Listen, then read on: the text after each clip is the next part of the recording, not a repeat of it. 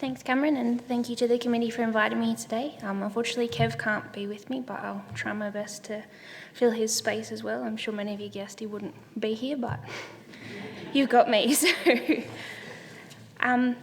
So I'll just start briefly with where we started and who we are. So Kevin and Brodie Game, we're a young family of three with our 2.5-year-old son Roy, soon to be 4.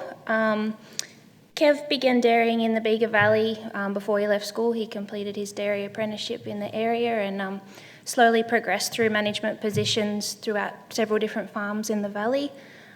He did leave the dairy industry before we came back, but it always takes a step backwards to realise what you're missing, and I think that's what it took for him. But I was introduced into the dairy industry after I struck an interest in showing cattle and through the agricultural show movement and judging cattle. So the intensive side of it drew me away from beef and into the love of cows and the dairy world. So I guess to give you an idea of where it all started for us, in 2010 we purchased our first 2 cows. We travelled down to Bega and bought them and bought a single cow milker. The first cow calved the day we got her back home, so it was a very quick start for us. But we milked these cows and reared bull calves from the milk that we got from the cows. So we travelled mainly back to Bega and bought them from the sale yards and then from farmers direct. We did a lot of research and actually found another farmer who was interested in purchasing these weaned steers off us. So the very simplified setup, which you can see up there, we bucket reared the calves and had them marked, weaned, dehorned, vaccinated, everything, and sold them to him at 12 weeks. During this time, we increased our herd size to 5, which was a pretty big step for us. But while continuing this, we were continuously searching for opportunities. We knew we wanted to step into the dairy world. We just weren't sure how to do it, not coming from dairying families or a dairying background. So we searched for opportunities. We weren't really fussed on what area we were moving into, because I don't think there is any golden area. Every area has its trials and tributes and problems, but it also has its advantages too. So while we were searching, we continued to rear the bull calves and both worked full time so that all the profits from this little side enterprise could be saved to when an opportunity did present itself. So in November 2012, we came across an opportunity to become share farmers in the Bega Valley. It didn't really take much convincing Kev. It was the first time I'd moved away from home, so it was a big step for me. But we put our 5 cows on the trailer and came down to Bega. There's only 4 there, 1 was dry, so we went on to milk 220 cows on the 300 acres of that farm. It was a farm that required a lot of improvement, which it wasn't a problem for us because it set ourselves a project, but it also gave us a bargaining tool to negotiate our lease to sort of set ourselves up a little bit better. But in 2013, we were hit with Tyleria. Having purchased cows from outside of the valley, it wasn't something that we were really prepared for. So we lost quite a few of our original herd from that, and we also got hit with a low milk price. So our share farmer pretty much said to us, I'm selling the herd or you take on the full lease. And for us, it was the first time that we'd realised that we were finally doing something that we loved and we really didn't want to get out. So for us, it was a no-brainer to take on the full lease. It was a big step for us. The HR side of it and the small business side of it is something that I don't think you can ever be fully prepared for, not coming from a farming background. But we took on the challenge and we continued on that farm until 2016. And then it was then that we moved to a bigger farm just about half an hour out of Bega. We were approached by the farmer who was looking to get out in the near future, and it just sort of coincided with us and a renewal of our lease. So since then, we've progressively increased to be leasing 1,100 acres. We're now milking an average of 350 cows, calving majority February to November, just because that suits our farming style and it suits the milk price that we are on. And we employ 2 full-time staff plus ourselves, but we really try and focus on having minimal contractors involved in the business just to try and reduce costs where possible. So what we're doing now is we're trying to build an asset base while paying down our debts. Not owning the farm means that we don't have that big asset, and cows are our biggest asset, so we try and look after those as much as possible. There's not many industries that you can, well, there's not really any other industry that you can pay off a $300,000 debt in 5 years and then fully own it. It can take you 30 years to do that with a house. So it brings it back to perspective that while things are tough, we are still creating wealth. So we do have to remember that. We've had a shift to focusing on margin over feed cost, which I'll get to in a minute. A big goal for us is to be working towards 85% of our feed being homegrown, so whether that being conserved as silage or being directly grazed. And we're aiming to maximise our opportunities without becoming overexposed to risk. We're not adverse to risk. I think risk is essential in any business, because if you don't have risk, you're not going to have growth. You can't be too comfortable in your position or nothing's going to happen. So we just want to control that risk level so that we can keep growing the business as best as possible. So for focusing on margin over feed costs, for a long time we were very production focused, and we tended to lose sight of what it was costing us to achieve that production.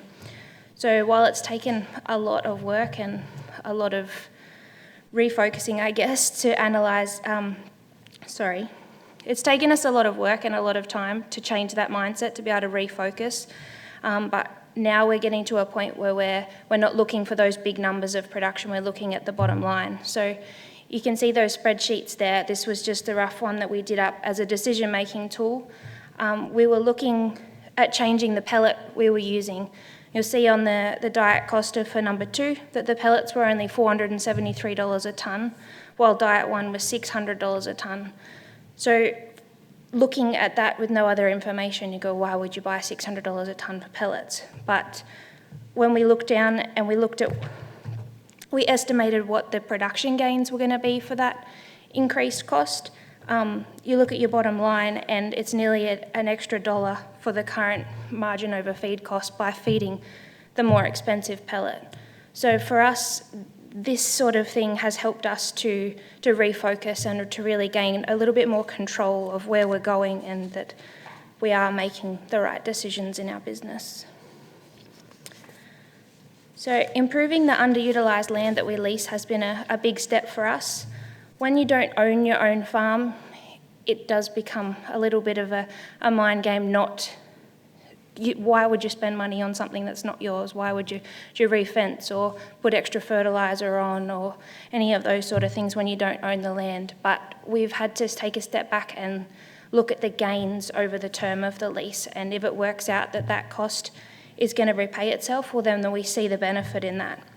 So those 2 pictures there, that was an application of chicken manure, but the second photo with the nice green photo is the same paddock, the next paddock over after that application. So it's taken a process of spraying out land and burning off land and then sowing land, and it has been an expensive process, but we've just been progressively doing it, and that's allowed us to be able to have a bigger support area to grow fodder for not only the milking herd, but also run our own dry stock and run all our young stock as well, which for us, not having agistment or additional feed costs has been a big plus. So that's just another example of, you can see the paddock in the background had no love whatsoever. Both of those paddocks looked exactly the same when we first started with those, and that's just when we've given it a bit of fertiliser and seed and a bit of love. So for us, that shows us that we're on the right step and making some good decisions there. Grain has been a big one for us. When we first started, it was a very efficient way of feeding cows for production. but it's come to a point where it's our biggest expense, and every time that truck comes up the driveway, your heart sinks a little bit further. So we've grain is the biggest thing that we could change and control in our business to change that bottom line. So while grain at the right price can be used as a tool to effectively grasp an opportunity of increased production, when it gets to a point like it is now where a kilo of grain is worth the same amount as a litre of milk, it becomes very marginal in the opportunity that it possesses. So we've just been very mindful of that. We've cut our grain usage in the dairy back for the cows, but we've increased the homegrown fodder that they're feeding, so we haven't lost any production, but we're hopefully increasing that bottom line at the same time. I think conserving feed to maximise quality has been the biggest thing for us. When we first started, our landlord told us that having our own gear in the shed for 9 months out of the year outside of whatever silage season is was a ridiculous idea, and it was just cheaper to pay a contractor. But it didn't take us very long to realise that the time that the contractor can get to you and the quantity that they require to produce and to actually turn up wasn't the same as what we needed to grow and conserve quality fodder. The volatility of the Bega Valley climate also emphasised for us that it was really essential that we could conserve peak quality. There's no point in conserving grass, that's just rubbish, so you may as well throw it away. So to tackle these things, we've progressively purchased our own equipment. Not all of it has been new equipment. We've certainly done some wheeling, and Kev's done some wheeling and dealing and some bargain hunting, and we've had to save up to purchase this so that we weren't increasing our debt level. But at the same time, we've been able to pay off assets, and we've provided ourselves with the own opportunity to conserve feed when it was available and when it's at its peak quality. For us, this system works. We've got staff that we can utilise that their skills are in this area and they enjoy this area, so it works in two ways for us, and this is a passion of Kev, so he makes it work. I'm sure it doesn't suit everybody's style, but for us this has really been working, and we've been able to conserve a lot of feed, and it's put us in a good position for this season. We've also been looking at our cows, their actual selves. We're breeding for a more pasture-based animal, so that medium-framed animal, we want a really long animal with longevity that's structurally correct, good production, and possesses the quality health traits that we like.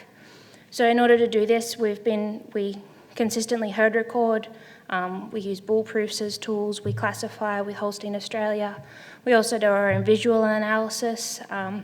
We have really good record keeping, and we're about to begin genomic testing with the GINFO program, which is an exciting step for us to use another tool.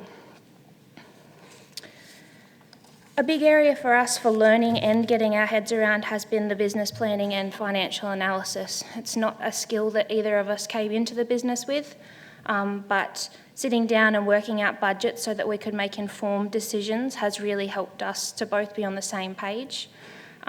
We've had to be really strict in our forward planning. You can't just go in with your head in the sand and go, it'll be right. And make discussions together as a team. I think why we've been successful is because we do work as a team well. We both have our skills in the areas in different areas, and we can work well together.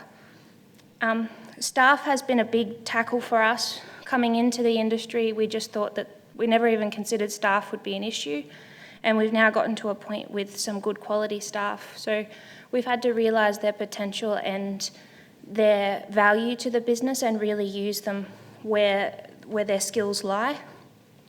And I guess spending money wisely. So we had to learn that fertiliser might seem expensive, but if you don't buy fertiliser, then you've got no grass, so it's not really expensive at all. Looking forward, we've been trying to think outside the box, so whether we move on to a green chop project, our next project is homegrown and harvested cereal seed, so we're going to try and do that ourselves to offset some costs. We've been mixing and sourcing our own fertilisers and seeds and applying the seed treatments ourselves.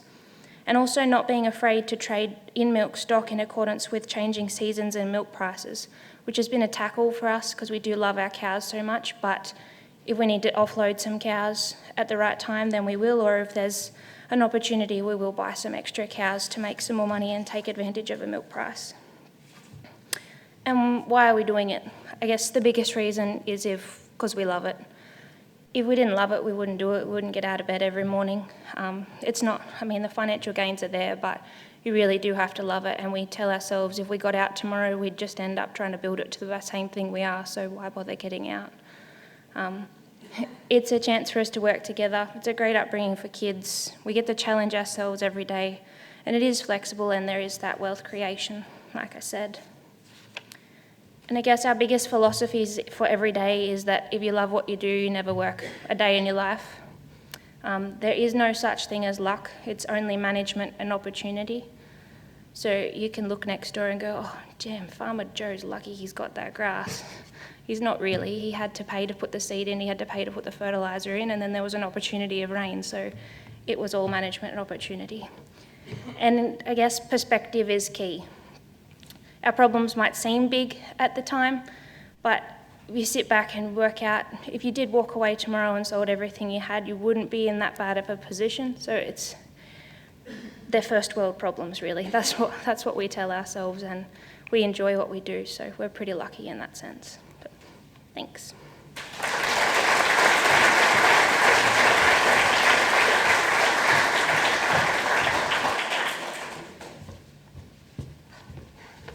Thank you so much, Brodie. What an inspiring talk, Brodie, really. I summarise your talk as farming for love using numbers to forward plan.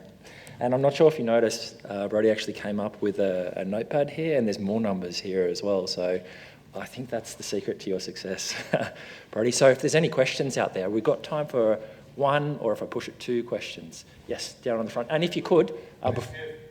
Roy's sick. There you go. There's one more question. Did you have another question? Or? No, okay, that's it. I thought you might have been on the bail or something.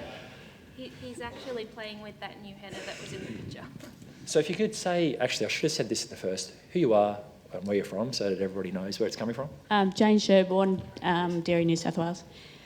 Brodie, I just think you're such an inspiration for all us farmers, and if you're the view of the leadership coming forward, we're in a good place.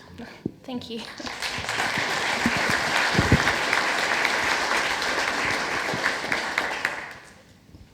I'm going to run this over time, I don't care.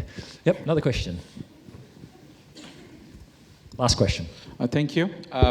You talk about the conserved forage like silage in the drought season in New South Wales. Have you used hay or dry forage, something like that? Previously we did use hay. Our goal this year has to be conserve, as we had a feed plan and we had a target of what we wanted to conserve so that we could eliminate that cost of having to buy hay, because it's a cost we can't control. We don't know how much it's going to cost at the time that we need it. So our goal was to conserve as much silage as possible to eliminate the need for hay. We conserved different types of silage so we didn't have to buy Springer hay as well. So yeah, our feed plan has become essential for that side of the business. Please join with me in thanking Brodie.